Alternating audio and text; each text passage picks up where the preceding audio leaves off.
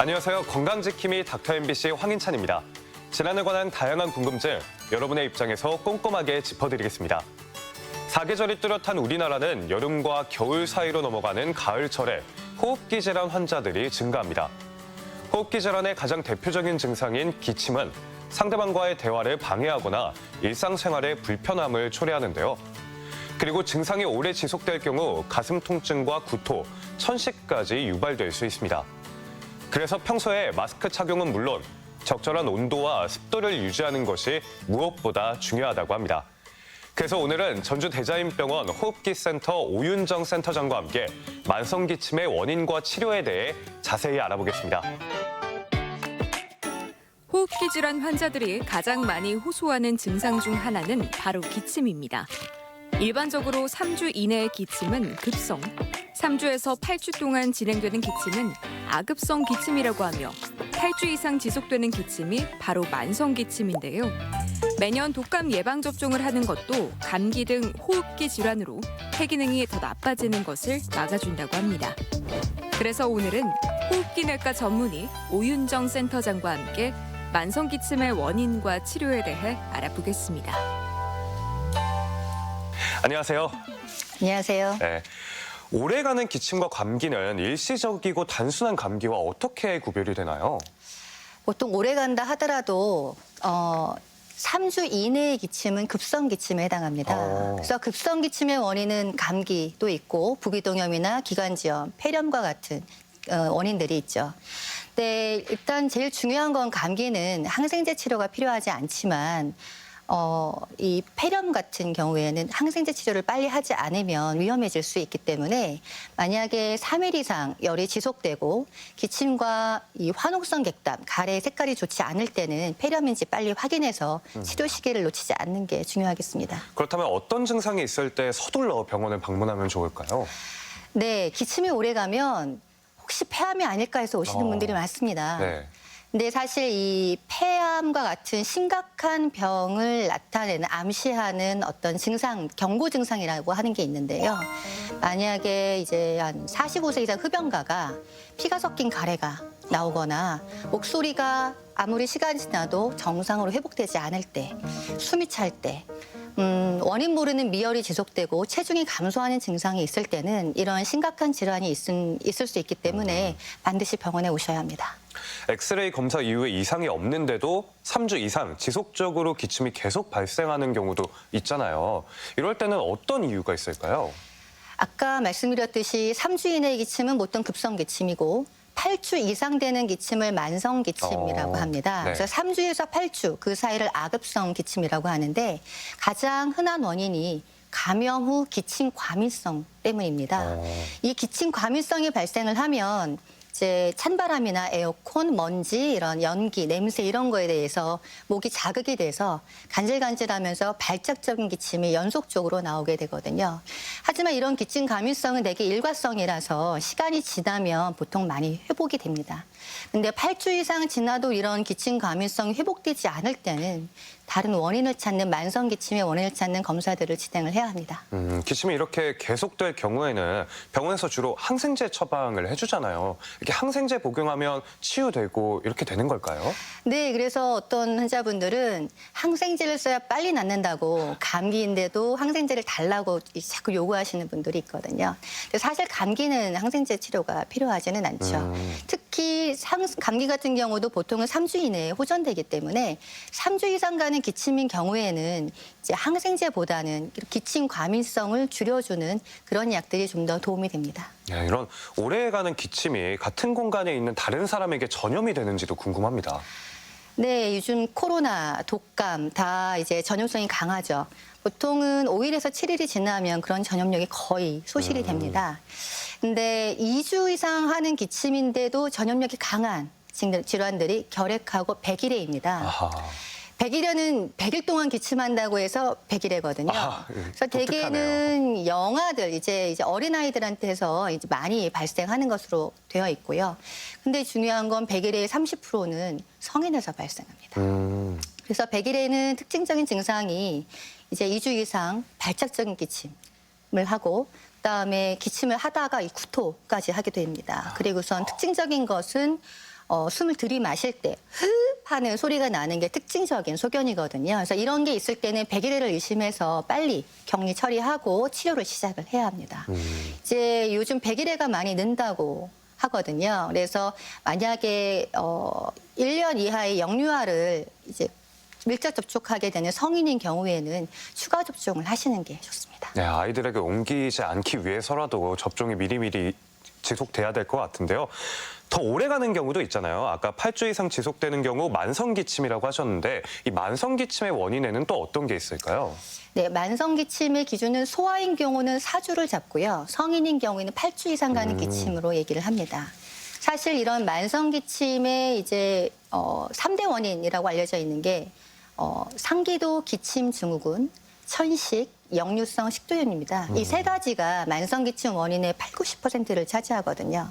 근데 어떤 환자분들은 이 세 가지를 모두 다 갖고 있는 환자분들도 있습니다. 불쌍한 분이 그렇게 계시군요. 네, 또 이제 어떤 원인 질환을 찾을 수 없다면 혹시 당뇨약, 혈압약 드시는 분들은 일부 드물지만 약제로 인한 기침이 생기는 경우가 있기 때문에 다른 특별한 원인이 없다고 할 경우에 약제를 중단하고 다른 약제로 변경해서 기침이 호전되는지를 볼 수도 있겠습니다. 만성기침 원인 중에 상기도 기침 증후군, 저에게는 조금 낯선 용어인데요. 이거는 어떤 질환인가요? 네, 상기도 기침 증후군은 상기도가 하면 비염, 부비동염, 인후염과 같은 것이 원인이 돼서 기침을 하게 되는 걸 총칭해서 부르는 거고요. 대개는 증상들이 콧물, 코막힘, 코가 목 뒤로 넘어가는 증상들이 많죠. 근데 이제 그런 증상이 전혀 없이 마른 기침만 하면서 목에 뭔가 걸린 것 같고 가래가 걸려서 이물감이 자꾸 느껴져서 뱉어내는데 나오지는 않고 이런 증상만 호소하시는 경우들도 있습니다. 그래서 입안을 들여다보면 그래서 이 본인은 비염이 없다고 하시는데도 입 안에 이 점액성 분비물이 목 뒤로 인후에 붙어 있는 것을 관찰할 수 있고요. 어떤 경우에는 인두가 이제 조약돌 깔아놓은 것처럼 오돌도돌하게 변화된 모양도 보일 때도 있습니다. 본인이 몰라도 그렇게 고통을 받고 계실 수도 있군요. 네, 본인이 비염이 있다라는 걸 인지하지 못하시는 경우들이 꽤 많죠. 콧물이 앞으로 흐르거나 재채기, 콧물, 코막힘 증상이 있지 않은 이상은 그냥 목에 뭔가 있는데라는 증상만 호소하시는 그런 비염 환자분들이 꽤 많이 있습니다. 네, 그럼 만성기침의 원인을 알려면 어떤 검사를 진행하면 되나요? 기본적으로는 흉부 엑스레이하고 부비동 엑스레이를 찍습니다. 그래서 엑스레이가 정상인 경우에는 정밀 검사를 진행을 하는데요. 정밀 검사로는 흉부 CT, 기관지 내시경, 폐기능 검사, 호기산화질소 검사, 객단 검사 등이 있습니다. 기관지 내시경 검사는 만성기침의 1차 검사로 권유하지는 않습니다. 이제 검사 자체가 힘들기도 하지만 되게 객혈이 있거나 폐암이 의심돼서 조직 검사를 해야 되는 경우에 많이 하고요. 심각한 경우에 진행되는군요. 그렇죠. 근데 이제 원인을 찾을 수 없는 기침, 그리고 천식으로 아무리 치료를 해도 기침이 좋아지지 않을 때 기관지 속 안에만 병변이 있는 혹이나 기관지 결핵이 있거든요. 그런 경우에는 CT나 엑스레이로도 나타나지 않을 수 있기 때문에 기관지 내시경으로만 진단할 수 있습니다. 그리고 천식, 익숙한데 지금은 많이 보이지 않는다 그런 생각도 저는 좀 드는데요. 천식은 정확히 어떤 질병일까요? 천식은 기관지 질환인데요. 큰 기관지가 아니고 폐 안에 있는 작은 새 기관지에 만성 염증이 생기는 질환입니다. 네. 그래서 만성 염증 때문에 기관지가 반복적으로 좁아져서 이 증상이 나타나게 되는데요. 만성 염증으로 인해서 기관지가 붓고 그다음에 기관지 근육이 수축하면 기관지가 좁아지거든요. 이로 인해서 숨이 차거나 쌕쌕거리는 소리가 들리거나 기침이 생긴 증상들이 생기게 되죠. 또 어떤 증상들이 있을 때 천식을 의심해 보면 좋을까요? 네, 천식이 만성기침이 굉장히 흔한 원인이라고 말씀드렸는데요. 보통은 감기만 걸려도 기침이 너무 오래 가고 이제 숨이 차고 밤에는 쌕쌕거리는 소리가 들리고 밤에 더 기침이 심해지는 양상을 보일 때 천식을 의심해 볼 수 있습니다. 하지만 이렇게 숨찬 천식보다는 기침만 나는 천식이 더 많고요. 대개 이제 이런 마른 기침, 객담이 없는 마른 기침이 발작적으로 한 번 시작되면 연속적으로 일어나면서 야간에 심해지는 양상이 있을 때는 천식이 아닌지 확인해야 되겠습니다. 천식이 유전적인 질환인지도 궁금합니다. 천식은 어릴 때부터 생기는 유전적인 질환으로 분류하는 경우가 많을까요? 네, 천식과 같은 알레르기 질환은 어느 정도 유전적인 소인이 있습니다. 유전적인 소인이 있는 상태에서 다양한 환경적인 요인에 의해서 이제 발생하는 것으로 생각이 되고 있는데요. 소아천식은 유병률이 한 5에서 9%, 성인은 한 3% 정도 됩니다. 하지만 노인 천식인 경우에는 6에서 8% 정도로 다시 높아지네요. 올라가기 때문에 노인과 소아에서의 천식 유병률이 높죠. 하지만 요즘에는 50대 이하 천식 환자들이 많이 늘어나고 있는 추세입니다. 아마도 그런 이유들은 과거보다는 대기오염이나 환경오염, 미세먼지 이런 영향들이 많이 나빠졌고 옛날보다는 가공되지 않은 신선식품보다는 가공식품들을 많이 먹으면서 장내 미생물 환경도 좋아지지 않고 과로나 스트레스로 인해서 면역력이 많이 떨어지는 상태가 이제 누적이 되다 보면 이런 천식이 더 잘 발생하는 것으로 생각되고 네, 있습니다. 그럼 천식은 어떻게 진단하나요? 보통은 혈액 검사나 CT가 정상이면 병이 없다고 생각하시는 경우들이 많이 있습니다. 천식은 폐 기능 검사를 해야 되는데요. 가장 중요한 검사는 폐 기능 검사고 기관지 확장제를 투여한 후에 12% 이상 폐 기능이 좋아지면 진단이 가능합니다. 폐 기능 검사가 정상이다. 그러면 천식은 아니라고 판단할 수도 있는 걸까요? 아까 숨찬 천식인 경우에는 기본 폐 기능 검사로도 진단이 잘 되는데요. 기침형 천식은 기본 검사가 정상인 경우가 훨씬 많습니다. 그래서 이런 경우에는 정상이라 하더라도 기관지 유발 검사를 통해서 기도 과민증을 평가해서 정상보다 기도 과민증이 많이 증가해 있을 때 천식으로 진단합니다. 어린아이나 노인분들은 폐 기능 검사가 조금은 어려울 수도 있을 것 같은데요. 도움이 되는 다른 검사 방법들도 있을까요? 네, 이 폐 기능 검사라는 게 굉장히 세게 들이마셨다가 강하게 빠른 시간 내에 내셔야 되기 때문에 환자의 협조가 굉장히 많이 필요합니다. 아이들은 조금 어려울 수도 있겠네요. 네, 그래서 특히 노인분, 인지력이 떨어지는 노인이나 아이들 같은 경우에는 쉽지가 않은데요. 이제 보조적으로 사용할 수 있는 방법 중에 호기 산화질소 검사가 있습니다. 호기라고 하면 내쉬는 숨에 산화질소 농도를 측정을 하는 건데요. 대개 이제 일정한 속도로 10초 내지는 6초 정도만 불면 되기 때문에 굉장히 간단하고 쉬워서 소아나 노인들이 검사하기에 굉장히 편합니다. 다만 이 산화질소 농도 검사라는 거가 천식의 특이적인 거는 아니어서요. 임상적으로 천식이 의심이 되면서 이 농도가 정상은 25 ppb 이하인데 50 ppb 이상으로 높게 측정이 될 경우에는 천식의 가능성이 매우 높다고 생각할 수 있습니다. 그러면 이렇게 진단이 되고 나면 천식은 어떻게 치료를 하면 좋을까요? 네, 천식은 꾀병하고 비슷합니다. 좋아지면 다 나은 것 같거든요. 하지만 천식도 당뇨나 혈압처럼 만성 질환입니다. 쭉 평생 안고 가야 되는 경우가 많군요. 네, 그렇지만 너무 절망하실 필요는 없고요. 이게 당뇨 환자분들도 식이 조절이나 이 운동요법을 통해서 약 없이도 당 조절을 하시는 분이 있는 것처럼 천식도 이런 염증 치료를 조절을 충분히 잘하면 약 없이 지낼 수도 있습니다. 그럼 스테로이드를 처방하는 경우에 스테로이드가 몸에 해로운 약물이라고 생각을 해서 거부 반응을 일으키시는 분들이 많은데 이런 경우에는 어떻게 될까요? 네, 저희가 천식 때 치료하는 흡입형 스테로이드는 바르는 스테로이드라든지 먹는 스테로이드하고 달리 기관지 점막에만 붙어서 작용하기 때문에 거의 체내로 흡수되지 않습니다. 일부 설사 조금 흡수된다 하더라도 바로 분해되기 때문에 매일 평생 쓰더라도 전혀 몸에 해롭지가 않고요. 노인부터 소아, 임산부까지 다 사용할 수 있습니다. 네. 그리고 천식하면 흡입제를 사용해서 좀 치료를 한다 그런 게 있는데 밖에서 하기에 눈치도 보이고 좀 거부 반응이 있으신 분들이 있잖아요. 이런 경우에 먹는 천식약으로 치료하면 어떤가요? 네, 일부 먹는 천식약으로 되어 있는 약물들이 있기는 합니다. 뭐 항르코트리안제라든지 잔틴계열 이런 경구약물이 있는데요. 효과가 흡입제에 비해서 미미합니다.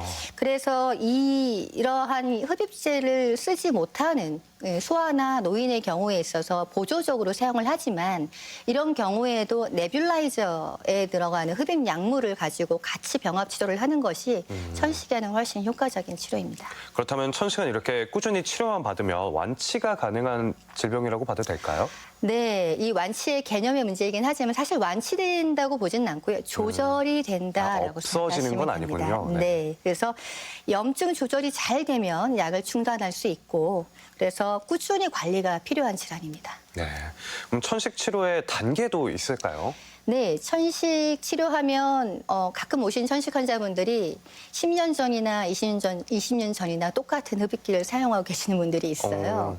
사실 천식의 단계는 가장 낮은 단계인 1단계부터 가장 높은 단계인 5단계까지가 있습니다. 구분이 되는군요. 네, 처음 시작은 보통 4단계로 시작을 하고요.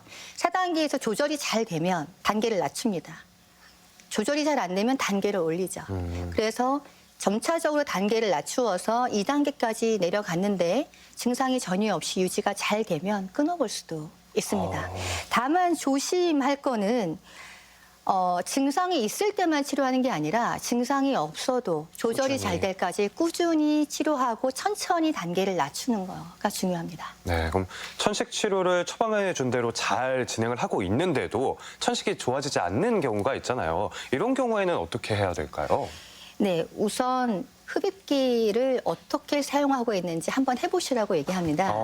그래서 제대로 사용하고 있는 게 맞는지 생각했던 것보다 교육이 잘 안 되면 흡입기를 이상한 방식으로 사용을 해서 효율이 떨어지는 경우들이 있습니다. 그래서 제대로 흡입기를 사용하고 있는 방법이 맞는지 그리고 증상이 있을 때만 하는 게 아니라 매일매일 꾸준히 하고 있는지 그리고 증상에 비해서 약의 용량이 너무 낮지는 않은지를 먼저 평가를 해서 다 하고 있는데도 제대로 하고 있고 꾸준히 하고 있는데도 증상이 조절이 되지 않으면 용량이 낮다고 판단해서 용량을 단계를 중간이나 고용량으로 올려서 치료를 하게 됩니다. 네, 그럼 올바른 흡입기 사용법 어떻게 하는지 한번 설명 부탁드립니다. 흡입기는 크게 가루형으로 되어 있는 DPI 제제하고 분무형으로 되어 있는 MDI 제제가 있습니다. 두 가지의 약물이 최대한 폐 안에 깊숙이 들어가는, 깊숙이 침투하는 것이 목적이기 때문에 방법이 차이가 나는데요. 가루형 제제는 빠르고 깊게 흡입을 해야지 잘 들어가고요. 분무형 제제는 천천히 깊게 들이마시고 숨을 5초에서 10초 정도 참았다가 내쉬어야만 합니다. 차이가 있다 보니까 잘 사용하지 못하시는 분들도 있겠네요. 네, 거꾸로 반대로 사용하시는 분들도 있고요. 네. 좀 천식에 좀 좋은 운동이 있는지 그리고 뭐 운동을 할 때 좀 주의해야 될 점은 없는지도 궁금합니다. 아무래도 이게 숨이 차는 질병이다 보니까 더욱더 걱정되는 것 같아요. 네, 사실 천식이 조절이 잘 되는 상태에서는 모든 운동이 가능합니다. 하지만 조절이 잘 되지 않는데 폐활량을 올리겠다고 과도하게 운동을 하는 경우는 오히려 천식의 악화 요인이 되거든요. 특히 천식이라는 것이 기도 과민성이 있는 질환이다 보니까 찬 공기라든가 건조한 공기에 민감합니다. 그래서 차갑고 건조한 공기가 있는 겨울철, 그다음에 새벽 운동 이런 것들은 천식을 악화시킬 수 있기 때문에 피하는 것이 좋습니다. 네, 뿐만 아니라 천식 환자 환경 관리를 추가적으로 어떻게 하면 좋을까요? 가장 중요한 것은 환기입니다. 미세먼지 많은 날, 꽃가루 많은 날에는 당연히 문을 닫고 공기청정기를 틀잖아요. 실내에서 발생하는 미세먼지나 이 휘발성 유효화물이 꽤 많습니다. 보통 요즘에 집마다 이제 방향제, 방향제라든가 향초, 디퓨저 이런 걸 해놓은 분들이 굉장히 많잖아요. 이런 것들이 다 휘발성 유효 화합물이기 때문에 내 몸으로 들어가거든요. 그래서 아무리 미세먼지가 많은 날이라 하더라도 잠깐씩의 환기는 굉장히 중요한 관리가 되겠습니다. 네, 또 담배를 끊었는데 증상이 호전되지 않아서 걱정하시는 분들도 있을 거예요. 기침이 심해서 담배를 끊었지만 계속해서 기침이 나오면 뭔가 내가 잘못된 게 아닐까 그런 생각이 들 수도 있는데요. 오히려 이렇게 기침이 더 심해지는 경우는 왜 그런 걸까요? 네, 그래서 금연했다가 다시 담배를 피워야겠다고 하시는 분들이 있거든요. 그래서 사실 이게 기관지에는 섬모라는 게 있습니다. 그래서 이물질이 들어오면 이 섬모의 기능이 있을 경우에는 이물질을 바깥으로 배출하는 역할을 하죠. 근데 이 흡연이 이 섬모의 기능을 둔화시킵니다. 그래서 담배를 피울 때는 손모의 기능이 약해져 있다가 금연을 하면 손모의 기능이 돌아오면서 그동안 폐에 쌓여있던 각종 노폐물들이 배출이 되는 거거든요. 건강해지는 과정이군요. 네, 그래서 일시적으로 가래가 많이 늘고 가래가 느니까 기침을 하게 되는 현상이 있는데 한 달 정도 지나면 대부분 정상화되기 때문에 금연을 유지하시는 게 중요합니다. 한 달 정도는 꼭 한번 참아보고 증상을 보면 되겠네요. 그럼 마지막으로 만성 기침이 있으신 분들을 고쳐야 할 생활 습관 어떤 게 있는지 안내 한 번만 부탁드립니다. 네, 호흡기 점막을 건조하지 않고 촉촉하게가 답입니다. 호흡기 점막은 코부터 인후, 기관지까지 호흡기라고 얘기를 하는데요. 그러기 위해서는 입으로 쉬는 숨이 아니라 비강호흡, 코로 숨을 쉬고 있는지를 잘 관찰을 해야 됩니다. 아침에 일어나면 입이 바짝 건조해 있고 목이 아프다라고 하면 수면 동안 코가 아닌 입으로 호흡을 했을 가능성이 매우 높습니다. 그래서 비염이 없다 얘기하시지만 사실은 코 점막 안에 비염 때문에 좁아져 있고 코가 아닌 입으로 나도 모르게 쉬고 있는 분들이 많아서 되게 코로 쉬어야 건조한 공기가 가습이 되고 따뜻해져서 기관지로 넘어가거든요. 그래서 기관지를 촉촉하게 유지해주는. 그러기 위해서는 습도도 유지가 중요하죠. 물도 많이 마셔야 됩니다. 그래서 1.5리터 이상의 충분한 수분 섭취와 습도를 체크해서 적정한 실내 습도를 유지하는 것이 중요하겠습니다. 네, 건강을 위해서는 촉촉해야 된다. 그렇게 정리해봐도 괜찮을 것 같네요. 네, 이 시간에는 호흡기내과 전문의 오윤정 센터장과 함께 만성 기침의 원인과 치료에 대해 알아봤습니다. 센터장님 오늘 말씀 감사드립니다.